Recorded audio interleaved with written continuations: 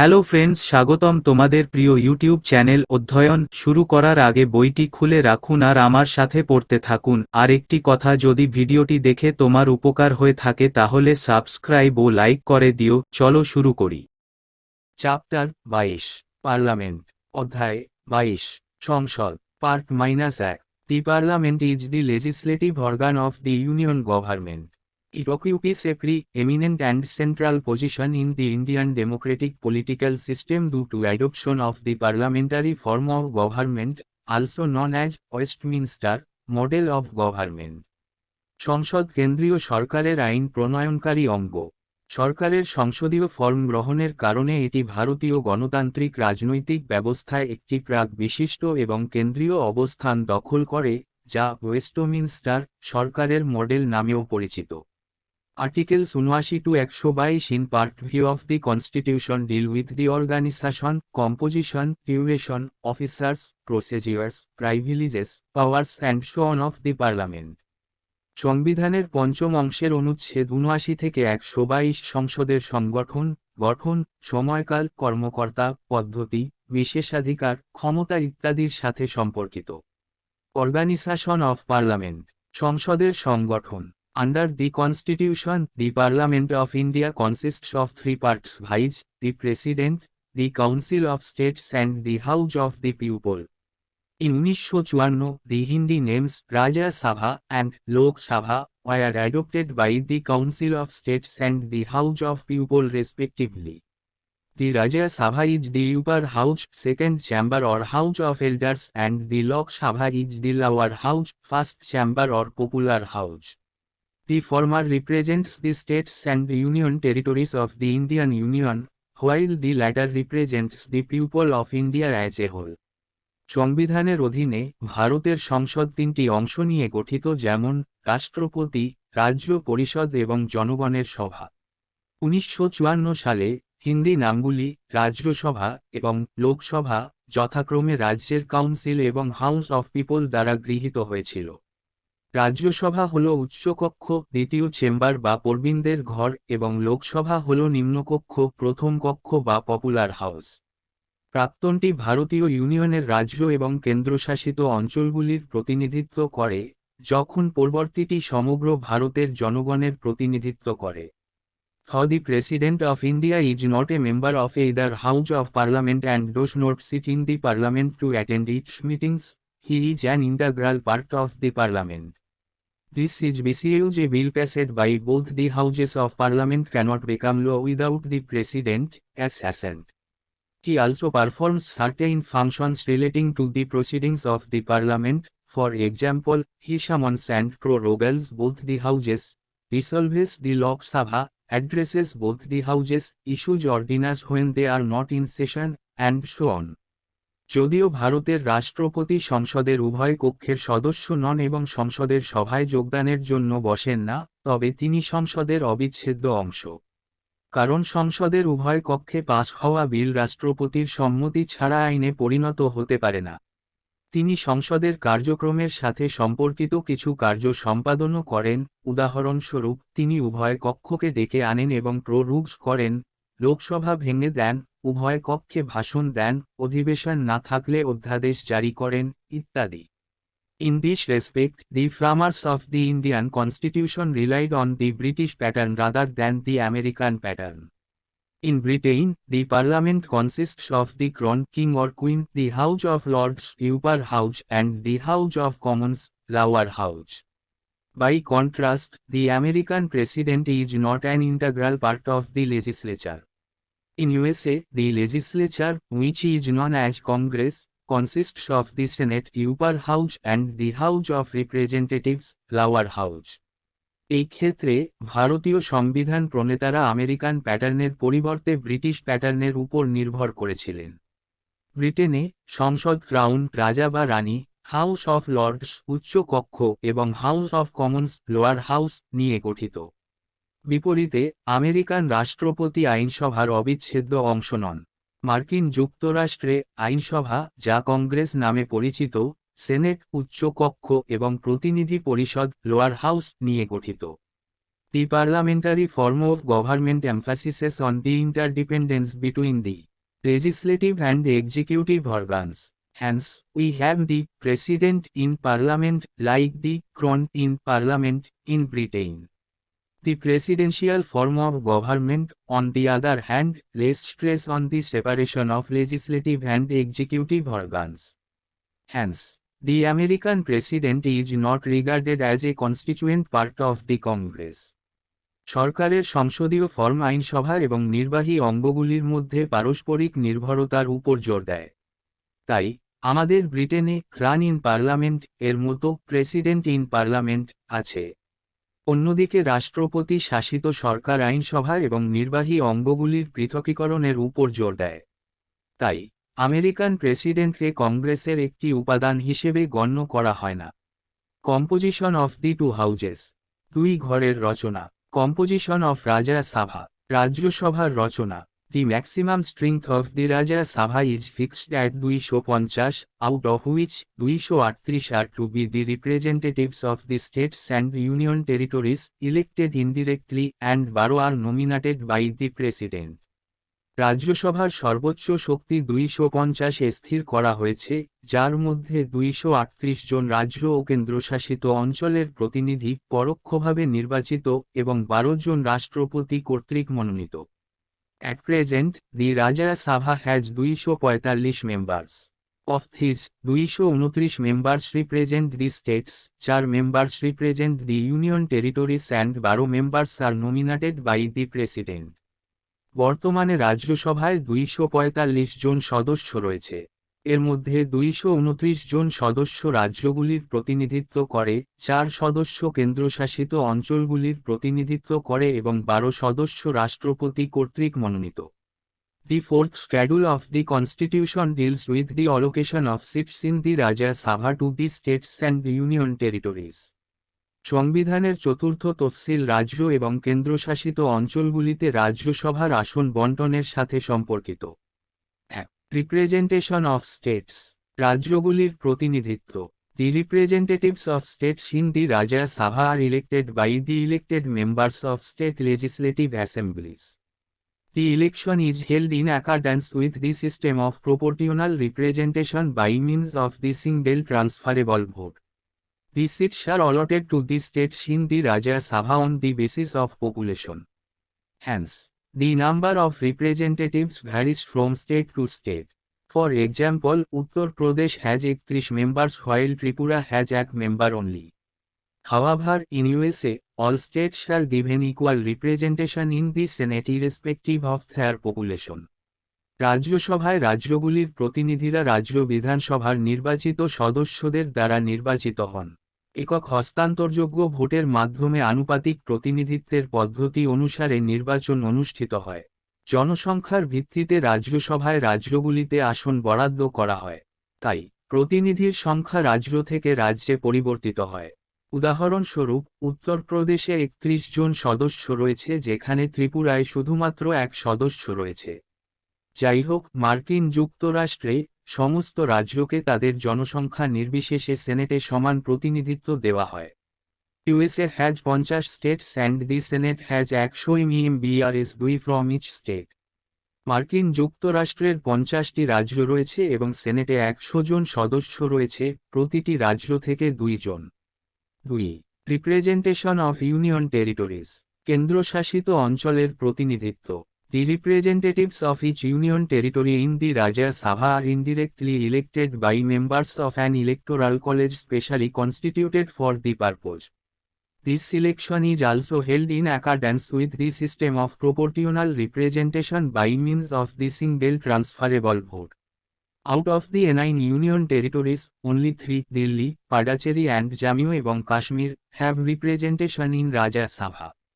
The populations of other 6 union territories are too small to have any representative in the Rajya Sabha. রাজ্যসভায় প্রতিটি কেন্দ্রশাসিত অঞ্চলের প্রতিনিধিরা এই উদ্দেশ্যে বিশেষভাবে গঠিত একটি নির্বাচনী কলেজের সদস্যদের দ্বারা পরোক্ষভাবে নির্বাচিত হন। এই নির্বাচনটিও একক হস্তান্তরযোগ্য ভোটের মাধ্যমে আনুপাতিক প্রতিনিধিত্বের পদ্ধতি অনুসারে অনুষ্ঠিত হয়। 9টি কেন্দ্রশাসিত অঞ্চলের মধ্যে মাত্র 3টির দিল্লি, পুদুচেরি এবং জম্মু ও কাশ্মীর রাজ্যসভায় প্রতিনিধিত্ব রয়েছে। অন্য 6টি কেন্দ্রশাসিত অঞ্চলের জনসংখ্যা রাজ্যসভায় কোনো প্রতিনিধি না থাকার পক্ষে খুব কম। 3. নমিনেটেড মেম্বার্স, মনোনীত সদস্য। The president nominates 12 members to the Rajya Sabha from people who have special knowledge or practical experience in art, literature, science and social service. The rationale behind this principle of nomination is to provide eminent persons a place in the Rajya Sabha without going through the process of election. It should be noted here that the American Senate has no nominated members. রাষ্ট্রপতি 12 জন সদস্যকে রাজ্যসভায় মনোনীত করেন যাদের শিল্প, সাহিত্য, বিজ্ঞান এবং সমাজসেবায় বিশেষ জ্ঞান বা বাস্তব অভিজ্ঞতা রয়েছে। মনোনয়নের এই নীতির পিছনে যুক্তি হল নির্বাচনের প্রক্রিয়ার মধ্য দিয়ে না গিয়ে বিশিষ্ট ব্যক্তিদের রাজ্যসভায় স্থান দেওয়া। এখানে উল্লেখ্য যে আমেরিকান সিনেটে কোন মনোনীত সদস্য নেই। কম্পোজিশন অফ লোকসভা, লোকসভার রচনা। The maximum strength of the Lok Sabha is fixed at 552। Out of these, 530 members are to be the representatives of the states, 20 members are to be the representatives of the union territories and 2 members are to be nominated by the president from the Anglo-Indian community. লোকসভার সর্বোচ্চ সংখ্যা 552 স্থির করা হয়েছে। এর মধ্যে 530 সদস্য রাজ্যগুলির প্রতিনিধি, 20 সদস্যকে কেন্দ্রশাসিত অঞ্চলগুলির প্রতিনিধি এবং 2 জন সদস্যকে রাষ্ট্রপতি কর্তৃক মনোনীত করতে হবে। অ্যাংলো-ইন্ডিয়ান সম্প্রদায়। At present, the Lok Sabha has 545 members. Of these, 530 members represent the states, 13 members represent the union territories and 2 Anglo-Indian members are nominated by the president. বর্তমানে লোকসভায় 545 জন সদস্য রয়েছে। এর মধ্যে 530 জন সদস্য রাজ্যগুলির প্রতিনিধিত্ব করে, 13 জন কেন্দ্রশাসিত অঞ্চলগুলির প্রতিনিধিত্ব করে এবং 2 জন অ্যাংলো-ইন্ডিয়ান সদস্য রাষ্ট্রপতি কর্তৃক মনোনীত। 1. রিপ্রেজেন্টেশন অফ স্টেটস, রাজ্যগুলির প্রতিনিধিত্ব। The representatives of states in the Lok Sabha are directly elected by the people from the territorial constituencies in the states. The election is based on the principle of universal adult franchise. লোকসভায় রাজ্যগুলির প্রতিনিধিরা রাজ্যগুলির আঞ্চলিক নির্বাচনী এলাকা থেকে জনগণের দ্বারা সরাসরি নির্বাচিত হয়। নির্বাচন সার্বজনীন প্রাপ্তবয়স্ক ভোটাধিকার নীতির উপর ভিত্তি করে। Every Indian citizen who is above 18 years of age and who is not disqualified under the provisions of the Constitution or any law is eligible to vote at such election. The voting age was reduced from 21 to 18 years by the 6 STONE Constitutional Amendment Act 1988. প্রত্যেক ভারতীয় নাগরিক যার বয়স 18 বছরের বেশি এবং যাকে সংবিধান বা কোনো আইনের অধীনে অযোগ্য ঘোষণা করা হয়নি তারা এই ধরনের নির্বাচনে ভোট দেওয়ার যোগ্য। 61তম সাংবিধানিক সংশোধনী আইন 1988 দ্বারা ভোটের বয়স 21 থেকে কমিয়ে 18 বছর করা হয়েছিল। 2. রিপ্রেজেন্টেশন অফ ইউনিয়ন টেরিটরিজ, কেন্দ্রশাসিত অঞ্চলের প্রতিনিধিত্ব। The Constitution has empowered the Parliament to prescribe the manner of choosing the representatives of the Union territories in the Lok Sabha. Accordingly, the Parliament has enacted the Union Territories Direct Election to the House of the People Act 1965, by which the members of Lok Sabha from the Union territories are also chosen by direct election. লোকসভায় কেন্দ্রশাসিত অঞ্চলগুলির প্রতিনিধি নির্বাচনের পদ্ধতি নির্ধারণের জন্য সংবিধান সংসদকে ক্ষমতা দিয়েছে। তদনুসারে, সংসদ কেন্দ্রশাসিত অঞ্চল জনগণের সরাসরি নির্বাচন আইন 1965 প্রণয়ন করেছে, যার দ্বারা কেন্দ্রশাসিত অঞ্চলগুলি থেকে লোকসভার সদস্যরাও সরাসরি নির্বাচনের মাধ্যমে নির্বাচিত হয়। 3. নমিনেটেড মেম্বার্স, মনোনীত সদস্য। The President can nominate 2 members from the Anglo-Indian community if the community is not adequately represented in the Lok Sabha. Originally, this provision was to operate till 1960 but has been extended till 2020 by the 95th Amendment Act 2009. লোকসভায় সম্প্রদায়টি পর্যাপ্ত প্রতিনিধিত্ব না করলে রাষ্ট্রপতি Anglo-Indian সম্প্রদায় থেকে 2 জন সদস্যকে মনোনীত করতে পারেন। মূলত এই বিধানটি 1960 সাল পর্যন্ত চালু ছিল কিন্তু 95তম সংশোধনী আইন 2009 দ্বারা 2020 পর্যন্ত বাড়ানো হয়েছে। System of elections to Lok Sabha, Lok Sabha নির্বাচনের ব্যবস্থা। The various aspects related to the system of elections to the Lok Sabha are as follows. Lok Sabha নির্বাচনের পদ্ধতির সাথে সম্পর্কিত বিভিন্ন দিকগুলি নিম্নরূপ: territorial constituencies for the purpose of holding direct elections to the Lok Sabha, each state is divided into territorial constituencies. In this respect the constitution makes the following two provisions. আঞ্চলিক নির্বাচনী এলাকা লোকসভার সরাসরি নির্বাচন অনুষ্ঠানের উদ্দেশ্যে প্রতিটি রাজ্যকে আঞ্চলিক নির্বাচনী এলাকায় ভাগ করা হয়েছে। এই প্রসঙ্গে সংবিধানে নিম্নলিখিত দুটি বিধান রয়েছে। এক, each state is allotted a number of seats in the Lok Sabha in such a manner that the ratio between that number and its population is the same for all states. This provision does not apply to a state having a population of less than 6 millions. প্রতিটি রাজ্যকে লোকসভায় এমনভাবে বেশ কয়েকটি আসন বরাদ্দ করা হয় যাতে সেই সংখ্যা এবং জনসংখ্যার মধ্যে অনুপাত সমস্ত রাজ্যের জন্য সমান হয়। এই বিধানটি 6 মিলিয়নের কম জনসংখ্যার রাজ্যের ক্ষেত্রে প্রযোজ্য নয়। 2. Each state is divided into territorial constituencies in such a manner that the ratio between the population of each constituency and the number of seats allotted to it is the same throughout the state. প্রতিটি রাজ্যকে এমনভাবে আঞ্চলিক নির্বাচনী এলাকায় বিভক্ত করা হয়েছে যে প্রতিটি নির্বাচনী এলাকার জনসংখ্যা এবং এটির জন্য বরাদ্দকৃত আসনের সংখ্যার মধ্যে অনুপাত রাজ্য জুড়ে একই। In brief, the Constitution ensures that there is uniformity of representation in two respects: a, between the different states, and b, between the different constituencies in the same state. সংক্ষেপে, সংবিধান নিশ্চিত করে যে দুটি বিষয়ে প্রতিনিধিত্বের অভিন্নতা রয়েছে: ক, বিভিন্ন রাজ্যের মধ্যে এবং খ, একই রাজ্যের বিভিন্ন নির্বাচনী এলাকার মধ্যে। The expression population means the population as ascertained at the preceding census of which the relevant figures have been published. জনসংখ্যা অভিব্যক্তির অর্থ পূর্ববর্তী আদমশুমারিতে নির্ধারিত জনসংখ্যা যার প্রাসঙ্গিক পরিসংখ্যান প্রকাশিত হয়েছে। Readjustment after each census. After every census, a readjustment is to be made in a. Allocation of seats in the Lok Sabha to the states, and b. Division of each state into territorial constituencies. Parliament is empowered to determine the authority and the manner in which it is to be made.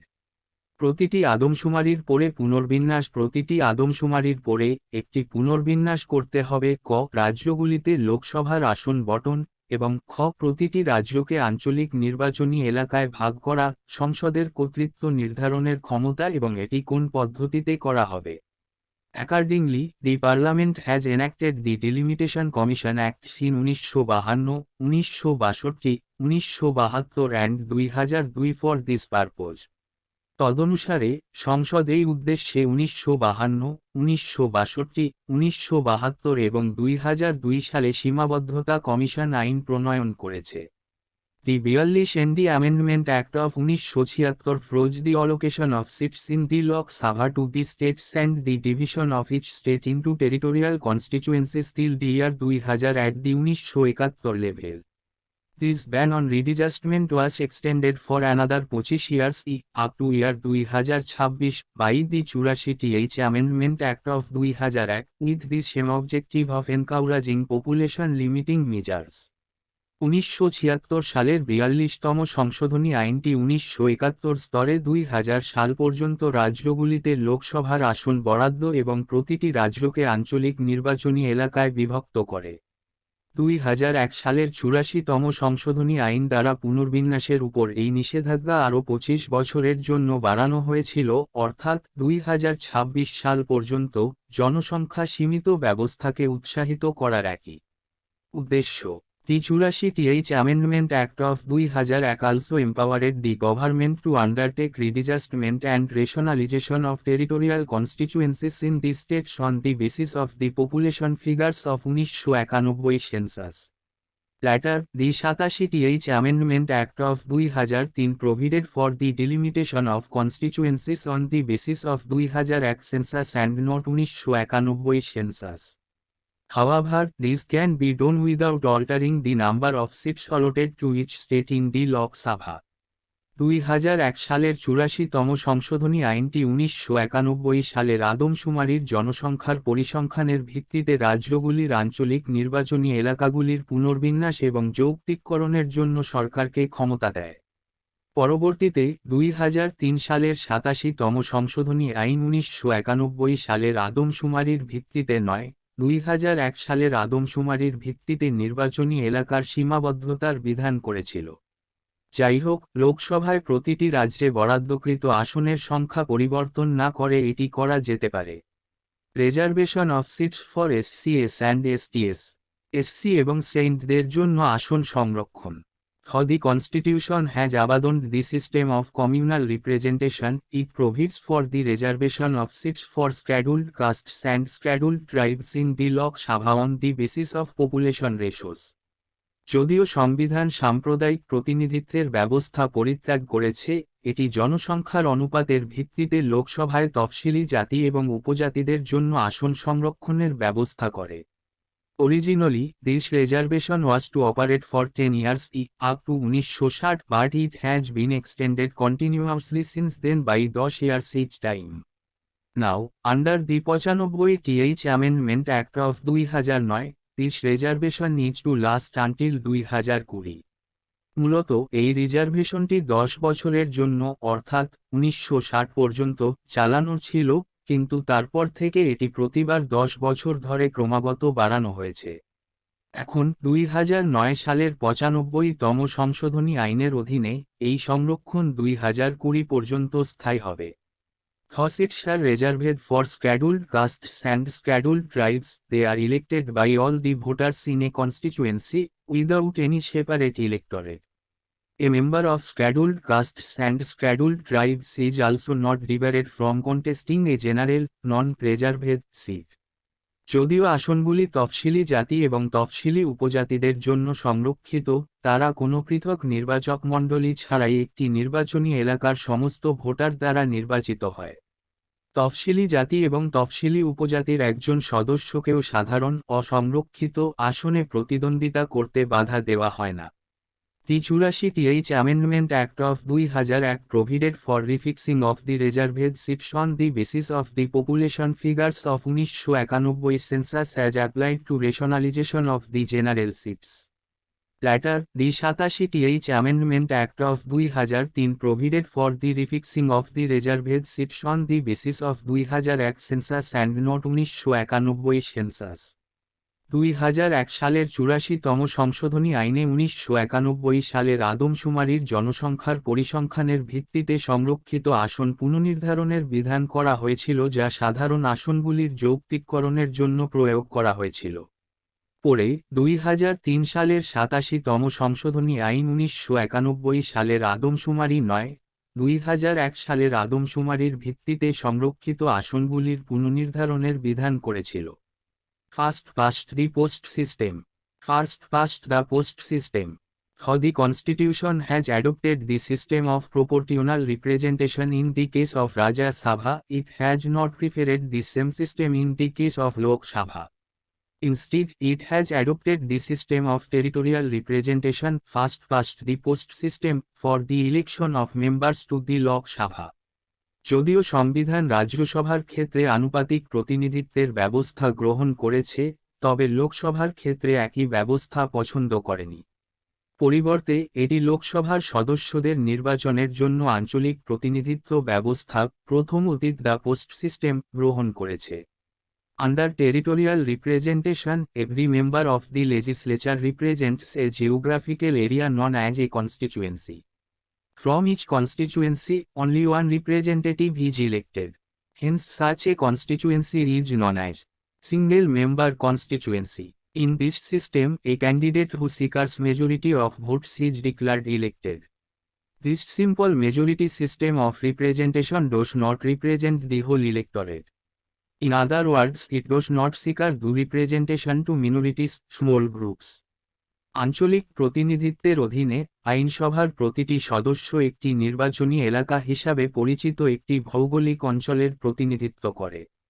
প্রতিটি নির্বাচনী এলাকা থেকে মাত্র একজন করে প্রতিনিধি নির্বাচিত হয়। তাই এ ধরনের একটি নির্বাচনী এলাকা একক সদস্যের নির্বাচনী এলাকা হিসেবে পরিচিত।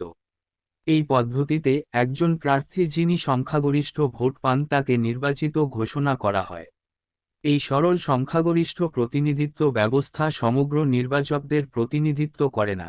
অন্য কথায় এটি সংখ্যালঘুদের ছোট গোষ্ঠী যথাযথ প্রতিনিধিত্ব সুরক্ষিত করে না।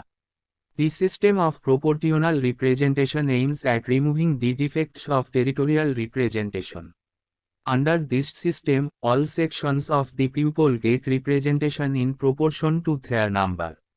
আনুপাতিক প্রতিনিধিত্ব ব্যবস্থার লক্ষ্য আঞ্চলিক প্রতিনিধিত্বের ত্রুটিগুলি দূর করা। এই ব্যবস্থার অধীনে জনগণের সমস্ত অংশ তাদের সংখ্যা অনুপাতে প্রতিনিধিত্ব পায়। Even the smallest section of the population gets its due share of representation in the legislature. এমনকি জনসংখ্যার ক্ষুদ্রতম অংশ আইনসভায় প্রতিনিধিত্বের ন্যায্য অংশ পায়। There are two kinds of proportional representation, namely, single transferable vote system and list system. In India, the first kind is adopted for the election of members to the Rajya Sabha and State Legislative Council and for electing the President and the Vice President. দুই ধরনের আনুপাতিক প্রতিনিধিত্ব রয়েছে, যথা একক হস্তান্তরযোগ্য vote ব্যবস্থা এবং তালিকা পদ্ধতি। ভারতে রাজ্যসভা ও রাজ্য বিধান পরিষদের সদস্য নির্বাচন এবং রাষ্ট্রপতি ও উপরাষ্ট্রপতি নির্বাচনের জন্য প্রথম প্রকারটি গৃহীত হয়। Some members of the Constituent Assembly have advocated the system of proportional representation for the election of members to the Lok Sabha. The Constitution has not adopted the system due to two reasons. যদিও গণপরিষদের কিছু সদস্য লোকসভায় সদস্য নির্বাচনের জন্য আনুপাতিক প্রতিনিধিত্বের ব্যবস্থার পক্ষে ছিলেন, কিন্তু দুটি কারণে সংবিধান এই ব্যবস্থা গ্রহণ করেনি। Difficulty for the voters to understand the system, which is complicated due to low literacy scale in the country. দেশে সাক্ষরতার স্কেল কম থাকায় ভোটারদের সিস্টেমটি বুঝতে অসুবিধা, যা জটিল। 2. Unsuitability to the parliamentary government due to the tendency of the system to multiply political parties leading to instability in government. রাজনৈতিক দল সংখ্যা বৃদ্ধির ব্যবস্থার প্রবণতা কারণে সংসদীয় সরকারের অনুপযুক্ততা সরকারে অস্থিতিশীলতার দিকে পরিচালিত করে। Additionally, the system of proportional representation has the following demerits. উপরন্তু, আনুপাতিক প্রতিনিধিত্বের সিস্টেমের নিম্নলিখিত ত্রুটি রয়েছে। 1. It is highly expensive. এটা অত্যন্ত ব্যয়বহুল। 2. It does not give any scope for organizing by elections. এটি উপনির্বাচন আয়োজনের কোনো সুযোগ দেয় না। 3. It eliminates intimate contacts between voters and representatives. এটি ভোটার এবং প্রতিনিধিদের মধ্যে অন্তরঙ্গ যোগাযোগ দূর করে। 4. It promotes minority thinking and group interests. এটি সংখ্যালঘু চিন্তাভাবনা এবং গোষ্ঠী স্বার্থ প্রচার করে। 5. It increases the significance of party system and decreases that of voter. এটি দলীয় ব্যবস্থার তাৎপর্য বাড়ায় এবং ভোটারের তাৎপর্য হ্রাস করে। ডিউরেশন অফ টু হাউজেস, দুটি বাড়ির সময়কাল। ডিউরেশন অফ রাজা সাভা, রাজ্যসভার মেয়াদ। দি Rajya Sabah first constituted in 1952 is a continuing chamber, that is, it is a permanent body and not subject to dissolution. However, 1/3 of its members retire every second year. Their seats are filled up by fresh elections and presidential nominations at the beginning of every third year. The retiring members are eligible for re-election and renomination any number of times. Rajya Sabha প্রথম 1952 সালে গঠিত একটি অব্যাহত chamber, অর্থাৎ এটি একটি স্থায়ী সংস্থা এবং বিলুপ্তির বিষয় নয়। তবে এর 1/3 সদস্য প্রতি দ্বিতীয় বছর অবসর গ্রহণ করেন। তাদের আসন প্রতি তৃতীয় বছরের শুরুতে নতুন নির্বাচন এবং রাষ্ট্রপতি মনোনয়নের মাধ্যমে পূরণ করা হয়। অবসর গ্রহণকারী সদস্যরা যে কোনো সংখ্যক বার পুনর্নির্বাচন এবং পুনর্নির্বাচনের জন্য যোগ্য। The Constitution has not fixed the term of office of members of the Rajya Sabha and left it to the Parliament. Accordingly, the Parliament in the Representation of the People Act 1951 provided that the term of office of a member of the Rajya Sabha shall be 6 years. The Act also empowered the President of India to curtail the term of members chosen in the first Rajya Sabha. In the first batch, it was decided by lottery as to who should retire. সংবিধান রাজ্যসভার সদস্যদের পদের মেয়াদ নির্দিষ্ট করেনি এবং সংসদে ছেড়ে দিয়েছে। তদনুসারে জনপ্রতিনিধিত্ব আইনে 1951 সংসদে বিধান করা হয়েছে যে রাজ্যসভার সদস্যের পদের মেয়াদ হবে 6 বছর। আইনটি ভারতের রাষ্ট্রপতিকে প্রথম রাজ্যসভায় নির্বাচিত সদস্যদের মেয়াদ কমানোর ক্ষমতা দেয়। প্রথম ব্যাচে কে অবসর নেবেন তা লটারির মাধ্যমে ঠিক করা হয়েছিল। Further, the Act also authorized the President to make provisions to govern the order of retirement of the members of the Rajya Sabha. অধিকন্তু, এই আইনটি রাষ্ট্রপতিকে রাজ্যসভার সদস্যদের অবসর গ্রহণের আদেশকে পরিচালনা করার জন্যও ক্ষমতা প্রদান করে। ডিউরেশন অফ লোক সভা, লোকসভার সময়কাল। Unlike the Rajya Sabha, the Lok Sabha is not a continuing chamber. Its normal term is 5 years from the date of its first meeting after the general elections, after which it automatically dissolves. However, the President is authorized to dissolve the Lok Sabha at any time even before the completion of 5 years, and this cannot be challenged in a court of law. রাজ্যসভার মতো নয়, লোকসভা একটি চলমান chamber নয়। এর সাধারণ মেয়াদকাল সাধারণ নির্বাচনের পর প্রথম বৈঠকের তারিখ থেকে 5 বছর, তারপরে এটি স্বয়ংক্রিয়ভাবে বিলুপ্ত হয়ে যায়। যাই হোক, রাষ্ট্রপতি 5 বছর পূর্ণ হওয়ার আগেও যে কোনো সময় লোকসভা ভেঙে দেওয়ার জন্য অনুমোদিত এবং এটিকে আইনের আদালতে চ্যালেঞ্জ করা যায় না। Further, the term of the Lok Sabha can be extended during the period of national emergency by a law of Parliament for 1 year at a time for any length of time. However, this extension cannot continue beyond a period of 6 months after the emergency has ceased to operate. তদুপরি, জাতীয় জরুরি অবস্থার সময় লোকসভার মেয়াদ বাড়ানো যেতে পারে। সংসদের একটি আইন হতে পারে 1 বছরের জন্য যে কোনো সময়ের জন্য। যাই হোক, এই এক্সটেনশনটি জরুরি অবস্থার কাজ বন্ধ হয়ে যাওয়ার 6 মাসের বেশি সময় ধরে চলতে পারে না। মেম্বারশিপ অফ পার্লামেন্ট, সংসদ সদস্যপদ। কোয়ালিফিকেশনস, যোগ্যতা। The constitution lays down the following qualifications for a person to be chosen a member of the parliament. সংবিধানে একজন ব্যক্তির সংসদ সদস্য নির্বাচিত হওয়ার জন্য নিম্নোক্ত যোগ্যতা নির্ধারণ করা হয়েছে। 1. He must be a citizen of India. তাকে অবশ্যই ভারতের নাগরিক হতে হবে। 2. He must make and subscribe to an oath or affirmation before the person authorised by the election commission for this purpose. In his oath or affirmation, he swears. তাকে এই উদ্দেশ্যে নির্বাচন কমিশন কর্তৃক অনুমোদিত ব্যক্তির সামনে একটি শপথ বা নিশ্চিতকরণ করতে হবে এবং সদস্যতা নিতে হবে। তার শপথ বা প্রতিশ্রুতিতে তিনি শপথ করেন। To bear true faith and allegiance to the constitution of India. ভারতের সংবিধানের প্রতি সত্য বিশ্বাস ও আনুগত্য পোষণ করা। B. To uphold the sovereignty and integrity of India. ভারতের সার্বভৌমত্ব ও অখণ্ডতা সমুন্নত রাখা। 3. He must be not less than 3 years of age in the case of the Rajya Sabha and not less than 25 years of age in the case of the Lok Sabha. রাজ্যসভার ক্ষেত্রে তার বয়স 30 বছরের কম হবে না এবং লোকসভার ক্ষেত্রে 25 বছরের কম হবে না। 4. He must possess other qualifications prescribed by parliament. তাকে সংসদ কর্তৃক নির্ধারিত অন্যান্য যোগ্যতা থাকতে হবে। The Parliament has laid down the following additional qualifications in the Representation of People Act 1951. জনপ্রতিনিধিত্ব আইন 1951 এই সংসদ নিম্নলিখিত অতিরিক্ত যোগ্যতা নির্ধারণ করেছে। 1. He must be registered as an elector for a parliamentary constituency. This is same in the case of both the Rajya Sabha and the Lok Sabha. The requirement that a candidate contesting an election to the Rajya Sabha from a particular state should be an elector in that particular state was dispensed with in 2003. In 2006, the Supreme Court upheld the constitutional validity of this change. তাকে অবশ্যই একটি সংসদীয় আসনের voter হিসাবে নিবন্ধিত হতে হবে। রাজ্যসভা এবং লোকসভা উভয় ক্ষেত্রেই এটি একই। একটি নির্দিষ্ট রাজ্য থেকে রাজ্যসভার নির্বাচনে প্রতিদ্বন্দ্বিতাকারী প্রার্থীর সেই নির্দিষ্ট রাজ্যের একজন নির্বাচক হওয়া উচিত, তা 2003 সালে বাতিল করা হয়েছিল। 2006 সালে সুপ্রিম কোর্ট এই পরিবর্তনের সাংবিধানিক বৈধতাকে বহাল রাখে। 2. He must be a member of a scheduled caste or scheduled tribe in any state or union territory, if he wants to contest a seat reserved for them. However, a member of scheduled castes or scheduled tribes can also contest a seat not reserved for them.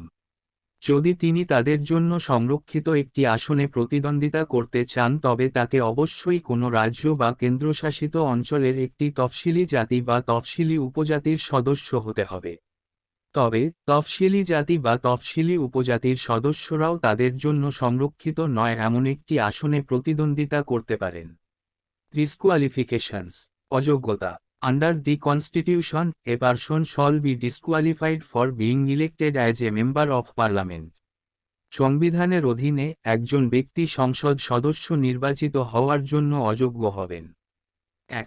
If he holds any office of profit under the union or state government except that of a minister or any other office exempted by Parliament.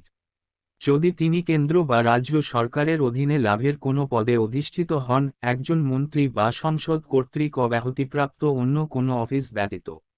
2. If he is of unsound mind and stands so declared by a court. যদি তিনি অস্বাস্থ্যকর মনের হন এবং আদালত কর্তৃক ঘোষণা করা হয়। 3. If he is an undischarged insolvent. যদি সে একজন অনাদায়ী দেউলিয়া হয়। 4. If he is not a citizen of India or has voluntarily acquired the citizenship of a foreign state or is under any acknowledgement of allegiance to a foreign state, and যদি তিনি ভারতের নাগরিক না হন বা স্বেচ্ছায় একটি বিদেশি রাষ্ট্রের নাগরিকত্ব অর্জন করেন বা একটি বিদেশি রাষ্ট্রের প্রতি আনুগত্যের স্বীকৃতির অধীনে থাকেন। 5. If he is so disqualified under any law made by Parliament. যদি তিনি সংসদ কর্তৃক প্রণীত কোন আইনের অধীনে অযোগ্য হন। The Parliament has laid down the following additional disqualifications in the Representation of People Act 1951. সংসদ জনপ্রতিনিধিত্ব আইনে 1951 নিম্নলিখিত অতিরিক্ত অযোগ্যতা নির্ধারণ করেছে। 1. He must not have been found guilty of certain election offence or corrupt practices in the elections. তাকে অবশ্যই কিছু নির্বাচনী অপরাধ বা নির্বাচনে দুর্নীতির জন্য দোষী সাব্যস্ত করা উচিত নয়। 2. He must not have been convicted for any offence resulting in imprisonment for 2 or more years. But the detention of a person under a preventive detention law is not a disqualification. কোন অপরাধের জন্য তাকে অবশ্যই দোষী সাব্যস্ত করা যাবে না যার ফলে 2 বা তার বেশি বছরের কারাদণ্ড হবে। তবে প্রতিরোধমূলক আটক আইনের অধীনে একজন ব্যক্তিকে আটক করা অযোগ্যতা নয়। 3. He must not have failed to lodge an account of his election expenses within the time. তিনি অবশ্যই সময়ের মধ্যে তার নির্বাচনী খরচের হিসাব জমা দিতে ব্যর্থ হবেন না। 4. He must not have any interest in government contracts, works or service. সরকারি চুক্তি, কাজ বা পরিষেবাগুলিতে তার কোনো আগ্রহ থাকতে হবে না। 5. He must not be a director or managing agent nor hold an office of profit in a corporation in which the government has at least 25% share. তিনি অবশ্যই একজন পরিচালক বা ব্যবস্থাপনা এজেন্ট হতে পারবেন না বা এমন একটি কর্পোরেশনে লাভের অফিস ধারণ করতে পারবেন না যেখানে সরকারের কমপক্ষে 25% শেয়ার রয়েছে। 6. He must not have been dismissed from government service for corruption or disloyalty to the state. দুর্নীতি বা রাষ্ট্রের প্রতি আনুগত্যের জন্য তাকে অবশ্যই সরকারি চাকরি থেকে বরখাস্ত করা উচিত নয়। 7. He must not have been convicted for promoting enmity between different groups or for the offense of bribery. বিভিন্ন গোষ্ঠীর মধ্যে শত্রুতা বা ঘুষের অপরাধে তাকে অবশ্যই দোষী সাব্যস্ত করা হয়নি। He must not have been punished for preaching and practicing social crimes such as untouchability, dowry and sati. অস্পৃশ্যতা, যৌতুক এবং সতীদাহের মতো সামাজিক অপরাধ প্রচার ও অনুশীলনের জন্য তাকে অবশ্যই শাস্তি দেওয়া হয়নি। On the question whether a member is subject to any of the above disqualifications, the President's decision is final. However, he should obtain the opinion of the Election Commission and act accordingly. একজন সদস্য উপরোক্ত অযোগ্যতার কোনটির সাপেক্ষে কিনা এই প্রশ্নে রাষ্ট্রপতির সিদ্ধান্তই চূড়ান্ত। তবে নির্বাচন কমিশনের মতামত নিয়ে সে অনুযায়ী কাজ করতে হবে। ডিসকুয়ালিফিকেশন অন গ্রাউন্ড অফ ডিফেকশন। দলত্যাগের ভিত্তিতে অযোগ্যতা। The Constitution also lays down that a person shall be disqualified from being a member of Parliament if he is so disqualified on the ground of defection under the provisions of the 20th Schedule. A member incurs disqualification under the defection law. সংবিধানে আরও বলা হয়েছে যে দশম তফসিলের বিধানের অধীনে দলত্যাগের কারণে একজন ব্যক্তি সংসদ সদস্য হওয়ার অযোগ্য বলে বিবেচিত হবেন। দলত্যাগ আইনের অধীনে একজন সদস্য অযোগ্যতার শিকার হন। 1. If he voluntarily gives up the membership of the political party on whose ticket he is elected to the House. যদি তিনি স্বেচ্ছায় সেই রাজনৈতিক দলের সদস্যপদ ত্যাগ করেন যার টিকিটে তিনি সংসদে নির্বাচিত হয়েছেন। 2. If he votes or abstains from voting in the House contrary to any direction given by his political party.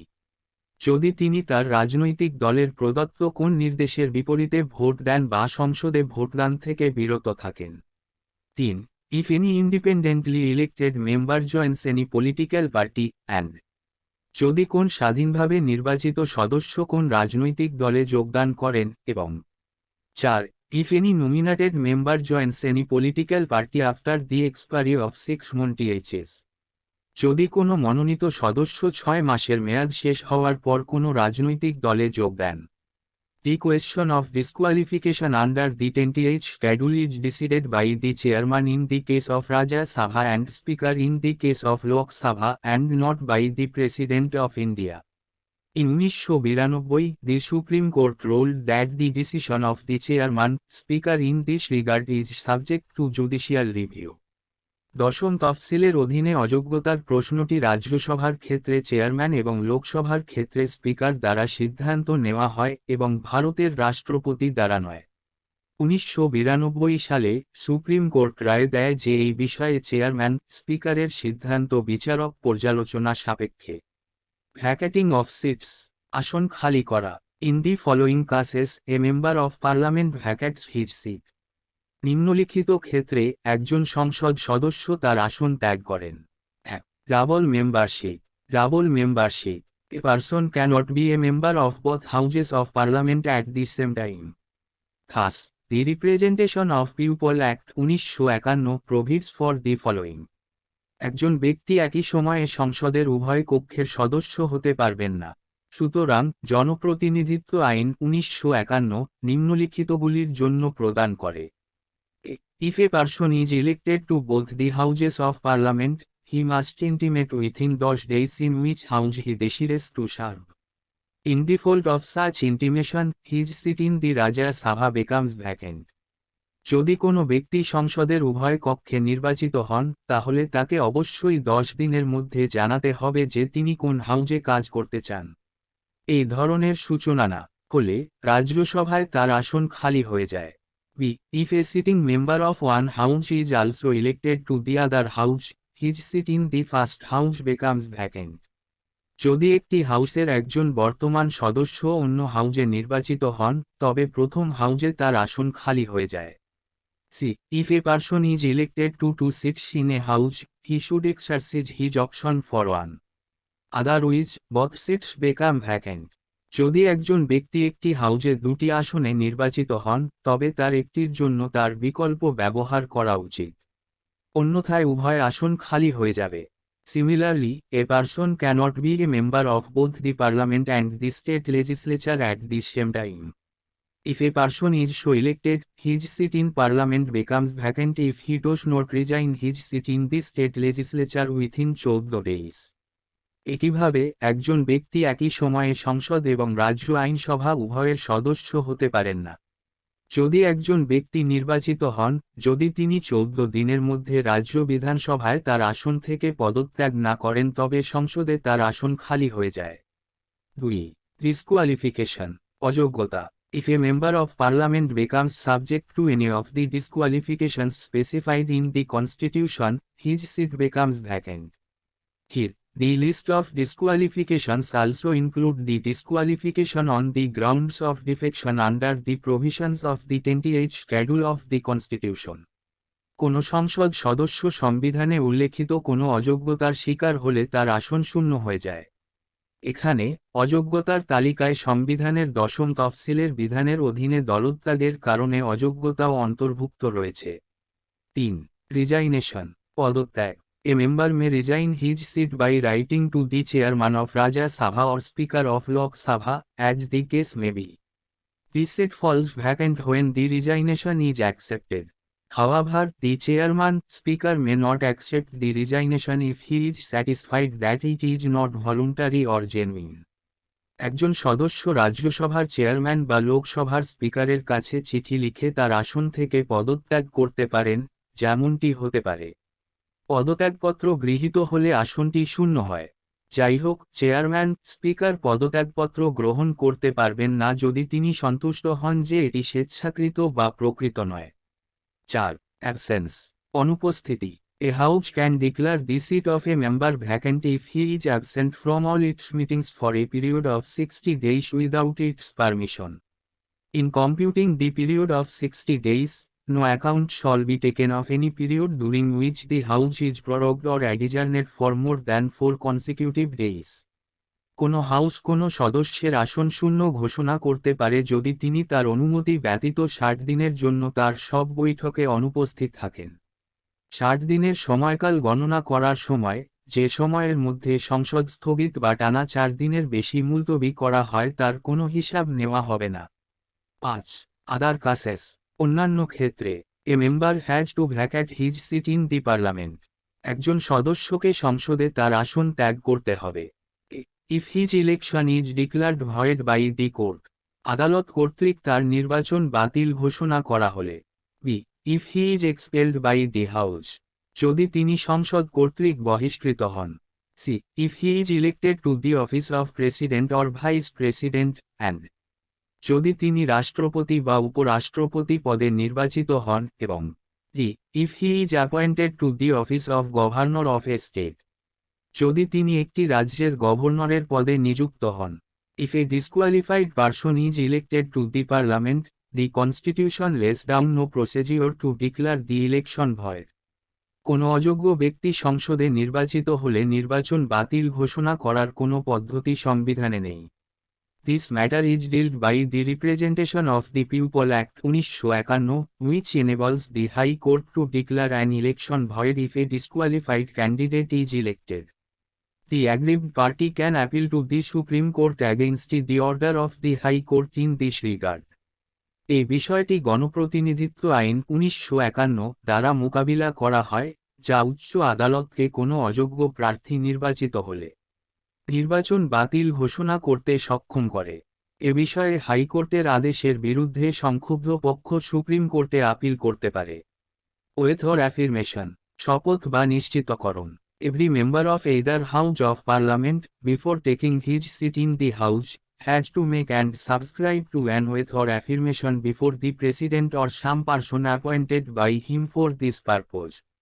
In his oath or affirmation, a member of parliament swears. সংসদের যে কোনো কক্ষের প্রত্যেক সদস্যকে সংসদে আসন গ্রহণের আগে রাষ্ট্রপতি বা এই উদ্দেশ্যে তার দ্বারা নিযুক্ত কোনো ব্যক্তির সামনে একটি শপথ বা প্রতিশ্রুতি দিতে হবে। তার শপথ বা নিশ্চিতকরণে একজন সংসদ সদস্য শপথ নেন। 1. To bear true faith and allegiance to the Constitution of India. ভারতের সংবিধানের প্রতি সত্যিকারের বিশ্বাস এবং আনুগত্য বহন করা। 2. To uphold the sovereignty and integrity of India and, ভারতের সার্বভৌমত্ব এবং অখণ্ডতা সমুন্নত রাখা। 3. To faithfully discharge the duty upon which he is about to enter. তিনি যে দায়িত্বে প্রবেশ করতে চলেছেন তা বিশ্বস্ততার সাথে পালন করা। Unless a member takes the oath, he cannot vote and participate in the proceedings of the House and does not become eligible to parliamentary privileges and immunities. একজন সদস্য শপথ গ্রহণ না করলে তিনি ভোট দিতে পারবেন না এবং হাউসের কার্যক্রমে অংশগ্রহণ করতে পারবেন না এবং সংসদীয় বিশেষাধিকার এবং অনাক্রম্যতার যোগ্য হয়ে উঠবেন না। A person is liable to a penalty of 500 rupee for each day he sits or votes as a member in a house in the following conditions. একজন ব্যক্তি নিম্নলিখিত শর্তে একটি হাউজে সদস্য হিসাবে বসে বা ভোট দেওয়ার জন্য প্রতিদিন 500 রুপি জরিমানা করতে দায়বদ্ধ। 1. Before taking and subscribing to the prescribed oath or affirmation, or নির্ধারিত শপথ বা নিশ্চিতকরণ গ্রহণ এবং সদস্যতা নেওয়ার আগে। 2. When he knows that he is not qualified or that he is disqualified for its membership, or যখন তিনি জানেন যে তিনি যোগ্য নন বা তিনি এর সদস্যতার জন্য অযোগ্য হয়েছেন। 3. When he knows that he is prohibited from sitting or voting in the House by virtue of any parliamentary law, যখন তিনি জানেন যে তিনি সংসদীয় আইন অনুসারে সংসদে বসতে বা ভোট দেওয়া নিষিদ্ধ। Salaries and allowances, বেতন ও ভাতা। Members of either House of Parliament are entitled to receive such salaries and allowances as may be determined by Parliament, and there is no provision of pension in the Constitution.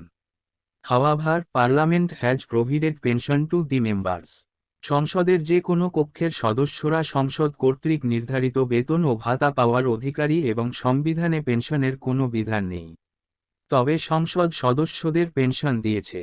In 1954, the Parliament enacted the Salaries, Allowances and Pension of Members of Parliament Act. In 2018, the salary of members was increased from 50,000 rupee to rupee 1 lakh per month each, the constituency allowance from 45,000 rupee to 70,000 rupee per month each, and the office expenses allowance from 45,000 rupee to 60,000 rupee per month each. Earlier in 2010, the daily allowance was increased from 1,000 rupee to 2,000 rupee for each day of residence on duty. 1954 সালে সংসদ সদস্যদের বেতন, ভাতা এবং pension আইন প্রণয়ন করে। 2018 সালে সদস্যদের বেতন প্রতি মাসে 50,000 রুপি থেকে 1 রুপি 0,000,000 নির্বাচনী ভাতা প্রতি মাসে 45,000 রুপি থেকে 70,000 রুপি এবং অফিস খরচ ভাতা প্রতি মাসে 45,000 রুপি থেকে 60,000 রুপি পর্যন্ত বৃদ্ধি করা হয়েছিল। এর আগে 2010 সালে ডিউটিতে থাকা প্রতিটি দিনের জন্য দৈনিক ভাতা 1,000 রুপি থেকে বাড়িয়ে 2,000 রুপি করা হয়েছিল। From 1976, the members are also entitled to a pension on a graduated scale for each 5-year term as members of either House of Parliament. Besides, they are provided with travelling facilities, free accommodation, telephone, vehicle advance, medical facilities and so on. 1976 সাল থেকে সদস্যরা সংসদের যে কোনো কক্ষের সদস্য হিসাবে প্রতি 5 বছরের মেয়াদে স্নাতক স্কেলে পেনশন পাওয়ার অধিকারী। এছাড়া তাদের যাতায়াত সুবিধা, বিনামূল্যে থাকার ব্যবস্থা, টেলিফোন, গাড়ির অগ্রিম, চিকিৎসা সুবিধা ইত্যাদি দেওয়া হয়। The salaries and allowances of the Speaker and Deputy Speaker of Lok Sabha and the Chairman and Deputy Chairman of Rajya Sabha are also determined by Parliament. They are charged on the Consolidated Fund of India and thus are not subject to the annual vote of Parliament. লোকসভার speaker এবং deputy speaker এবং রাজ্যসভার chairman ও deputy চেয়ারম্যানের বেতন ও ভাতাও সংসদ দ্বারা নির্ধারিত হয়। তারা ভারতের একত্রিত তহবিলে চার্জ করা হয় এবং এইভাবে সংসদের বার্ষিক ভোটের সাপেক্ষে নয়। In 1953, the Parliament enacted the Salaries and Allowances of Officers of Parliament Act. Under this Act, Officer of Parliament means any of the following officers, namely, the Chairman and Deputy Chairman of the Rajya Sabha and the Speaker and the Deputy Speaker of the Lok Sabha. In 2018, the Parliament increased the salary of the Chairman of the Rajya Sabha from 1 rupee 25 lakh to 4 rupee lakh per month each. 1953 সালে সংসদ কর্মকর্তাদের বেতন ও ভাতা সংসদ আইন প্রণয়ন করে। এই আইনের অধীনে সংসদ কর্মকর্তা অর্থ নিম্নোক্ত কর্মকর্তাদের মধ্যে যে কোনো, যথা রাজ্যসভার চেয়ারম্যান এবং ডেপুটি চেয়ারম্যান এবং লোকসভার স্পিকার এবং ডেপুটি স্পিকার। 2018 সালে সংসদ রাজ্যসভার চেয়ারম্যানের বেতন প্রতি মাসে 1.25 লাখ রুপি থেকে বাড়িয়ে 4 লাখ রুপি করেছে। Similarly, other officers of Parliament, i.e., the Speaker and the Deputy Speaker of the Lok Sabha and the Deputy Chairman of the Rajya Sabha, are entitled to receive a salary per month each at the same rates as are payable to the members of Parliament. Further, each officer of Parliament other than the Chairman of the Rajya Sabha is entitled to receive a daily allowance for each day during the whole of his term at the same rate as is payable to the members of Parliament. একইভাবে সংসদের অন্যান্য কর্মকর্তারা অর্থাৎ লোকসভার speaker এবং deputy speaker এবং রাজ্যসভার deputy chairman সংসদ সদস্যদের প্রদেয় একই হারে প্রতি মাসে বেতন পাওয়ার অধিকারী। অধিকন্তু সংসদের প্রতিটি কর্মকর্তা রাজ্যসভার চেয়ারম্যান ব্যতীত সংসদ সদস্যদের প্রদেয় হারে দৈনিক ভাতা তার পুরো মেয়াদে প্রতিটি দিনের জন্য পাওয়ার অধিকারী। Also, each officer of parliament other than the chairman of the Rajya Sabha is entitled to receive a constituency allowance at the same rate as is payable to the members of parliament. এছাড়াও সংসদের প্রতিটি কর্মকর্তা রাজ্যসভার chairman ব্যতীত সংসদ সদস্যদের প্রদেয় হারে নির্বাচনী ভাতা পাওয়ার অধিকারী। According to the same act, the sumptuary allowance is paid to the Speaker of the Lok Sabha at the same rate as is payable to a cabinet minister, i.e., 2000 rupee per month each. Likewise, the sumptuary allowance is paid to the Deputy Speaker of the Lok Sabha and the Deputy Chairman of the Rajya Sabha at the same rate as is payable to a Minister of State Noif, i.e., 1000 rupee per month each. একই আইন অনুসারে লোকসভার স্পিকারকে সাম্প্রচুরি ভাতা দেওয়া হয় একই হারে যা একজন ক্যাবিনেট মন্ত্রীকে দেওয়া হয় অর্থাৎ প্রতি মাসে 2000 রুপি। একইভাবে লোকসভার ডেপুটি স্পিকার এবং রাজ্যসভার ডেপুটি চেয়ারম্যানকে অতিরিক্ত ভাতা প্রদান করা হয় যে হারে একজন রাজ্য মন্ত্রীকে অর্থাৎ প্রতি মাসে 1000 রুপি প্রদান করা হয়। প্রেসিডিং অফিসার্স অফ পার্লামেন্ট সংসদের presiding officer. Each house of parliament has its own presiding officer.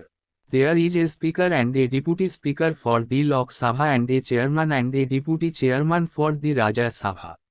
A panel of chairpersons for the Lok Sabha and a panel of vice chairpersons for the Rajya Sabha is also appointed. সংসদের প্রতিটি হাউসের নিজস্ব presiding officer থাকে। লোকসভার জন্য একজন speaker এবং একজন ডেপুটি স্পিকার এবং রাজ্যসভার জন্য একজন চেয়ারম্যান এবং একজন ডেপুটি চেয়ারম্যান রয়েছেন। লোকসভার চেয়ারপারসনের একটি প্যানেল এবং রাজ্যসভার জন্য ভাইস চেয়ারপারসনের একটি প্যানেলও নিযুক্ত করা হয়েছে। সংসদের প্রতিটি হাউসের নিজস্ব প্রিসাইডিং অফিসার থাকে। লোকসভার জন্য একজন স্পিকার এবং একজন ডেপুটি স্পিকার এবং রাজ্যসভার জন্য একজন চেয়ারম্যান এবং একজন ডেপুটি চেয়ারম্যান রয়েছেন। লোকসভার চেয়ারপারসনের একটি প্যানেল এবং রাজ্যসভার জন্য ভাইস চেয়ারপারসনের একটি প্যানেলও নিযুক্ত করা হয়েছে। স্পিকার অফ লোকসভা লোকসভার স্পিকার। ইলেকশন অ্যান্ড টেনার নির্বাচন এবং মেয়াদ। The Speaker is elected by the Lok Sabha from amongst its members as soon as may be after its first sitting. Whenever the office of the Speaker falls vacant, the Lok Sabha elects another member to fill the vacancy. The date of election of the Speaker is fixed by the President. Speaker Lok Sabha কর্তৃক তার সদস্যদের মধ্য থেকে নির্বাচিত হন যত তাড়াতাড়ি হতে পারে তার প্রথম বৈঠকের পরে। যখনই স্পিকারের পদ শূন্য হয় লোকসভা শূন্যস্থান পূরণের জন্য অন্য সদস্য নির্বাচন করে। স্পিকার নির্বাচনের তারিখ রাষ্ট্রপতি কর্তৃক নির্ধারিত হয়। Usually, the Speaker remains in office during the life of the Lok Sabha.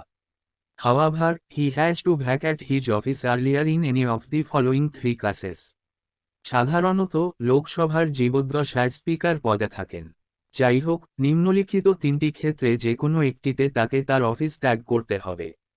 1. If he ceases to be a member of the Lok Sabha. যদি তিনি লোকসভার সদস্য হওয়া বন্ধ করেন। 2.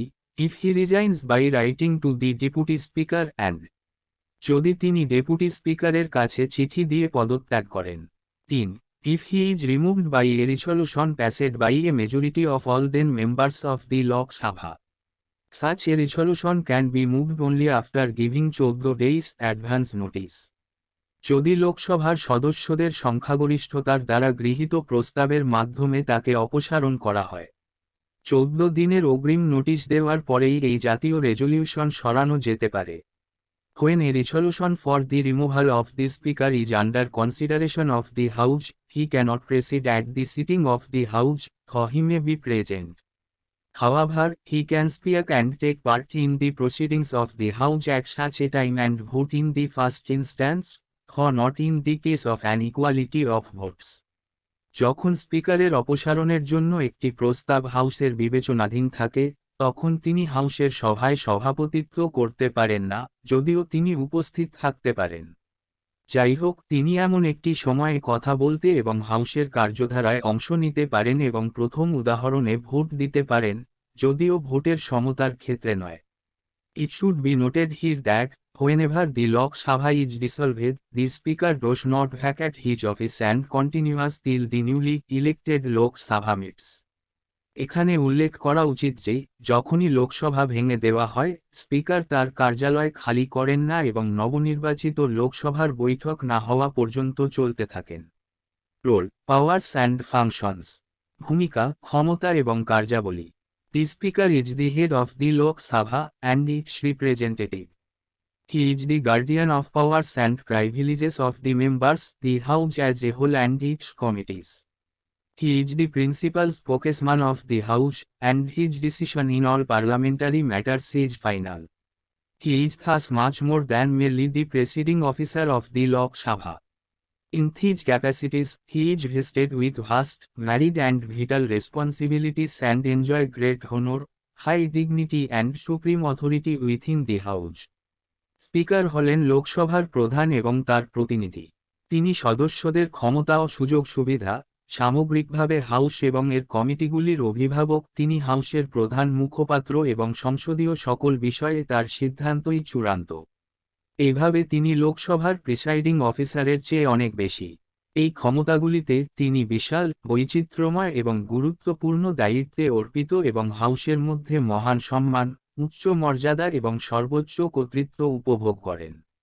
The Speaker of the Lok Sabha derives his powers and duties from three sources, that is, the Constitution of India, the Rules of Procedure and Conduct of Business of Lok Sabha, and parliamentary conventions, residuary powers that are unwritten or unspecified in the rules.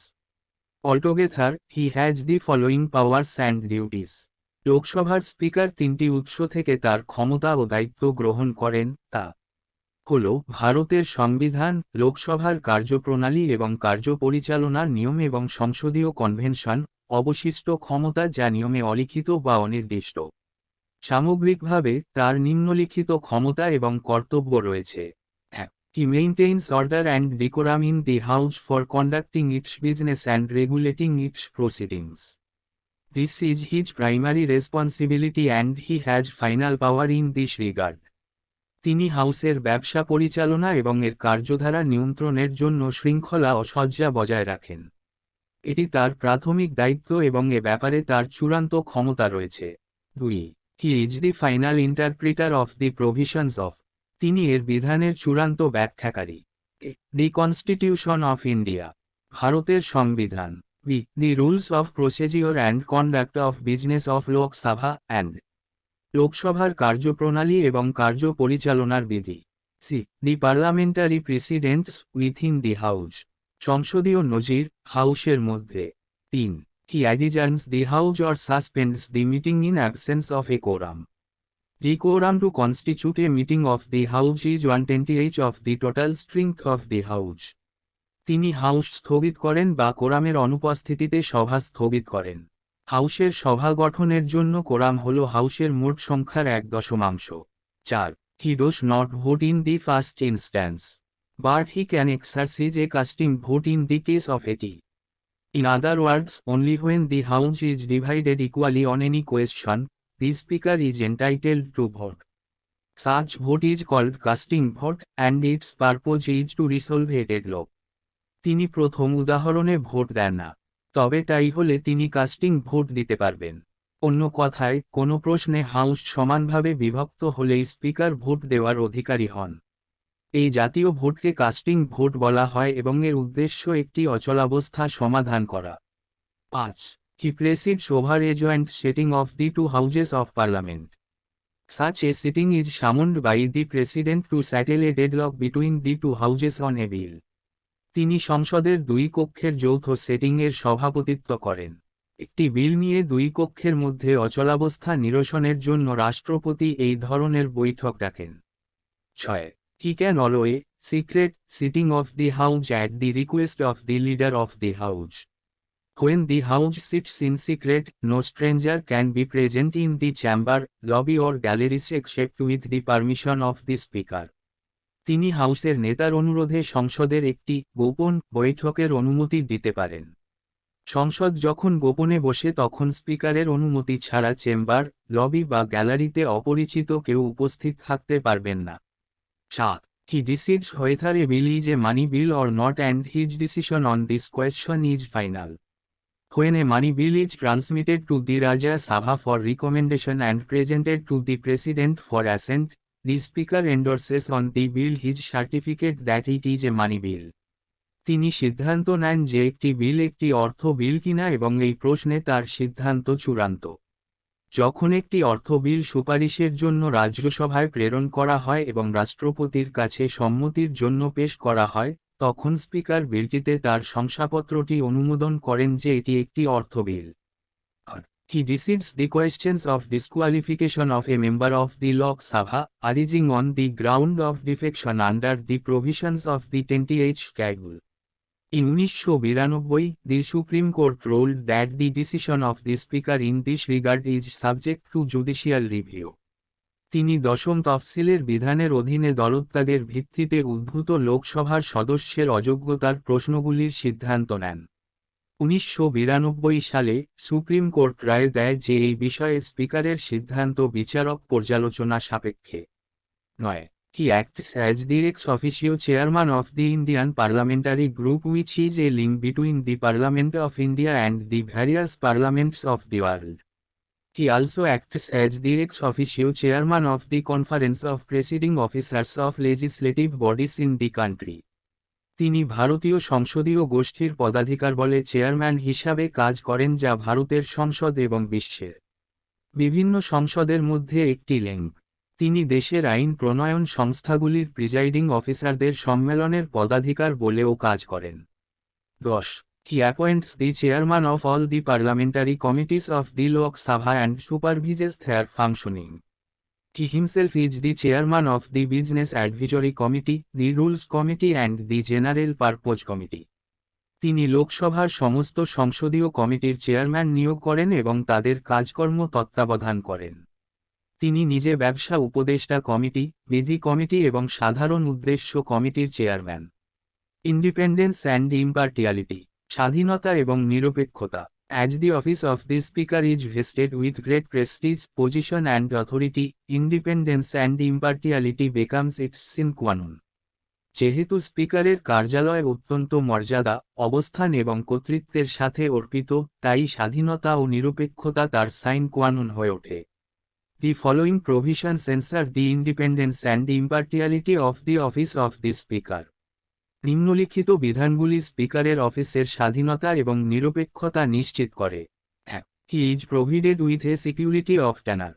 He can be removed only by a resolution passed by the Lok Sabha by a special majority, a majority of all the then members of the House, and not by an ordinary majority, a majority of the members present and voting in the House.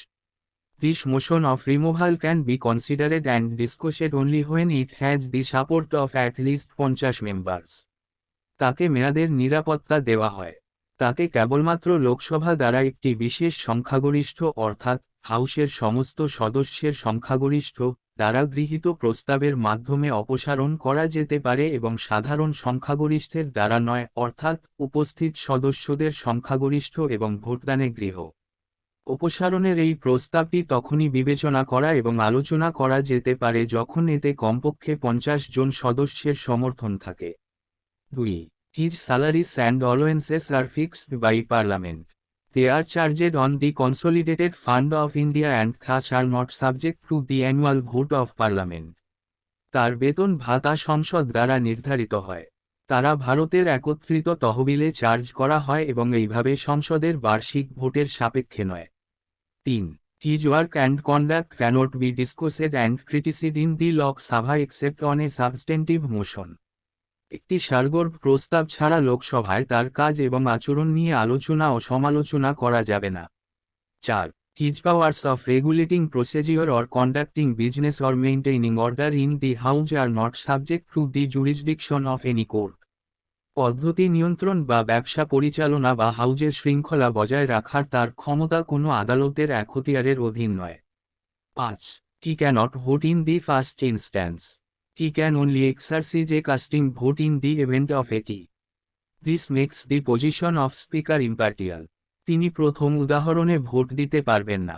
তিনি শুধুমাত্র একটি টাই হলে একটি casting vote ব্যবহার করতে পারেন। এতে স্পিকারের অবস্থান নিরপেক্ষ হয়। 6. He is given a very high position in the order of precedence. He is placed at 78th rank along with the Chief Justice of India. This means he has a higher rank than all cabinet ministers except the Prime Minister or Deputy Prime Minister. তাকে অগ্রাধিকারের ক্রমানুসারে একটি খুব উচ্চ পদ দেওয়া হয়েছে। ভারতের প্রধান বিচারপতির সাথে তাকে সপ্তম স্থানে রাখা হয়েছে।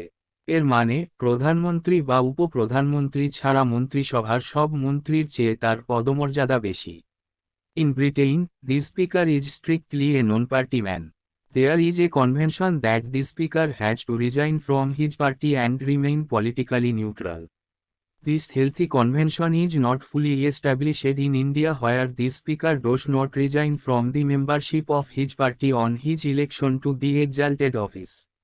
ব্রিটেনে স্পিকার কঠোরভাবে একজন নির্দলীয় মানুষ।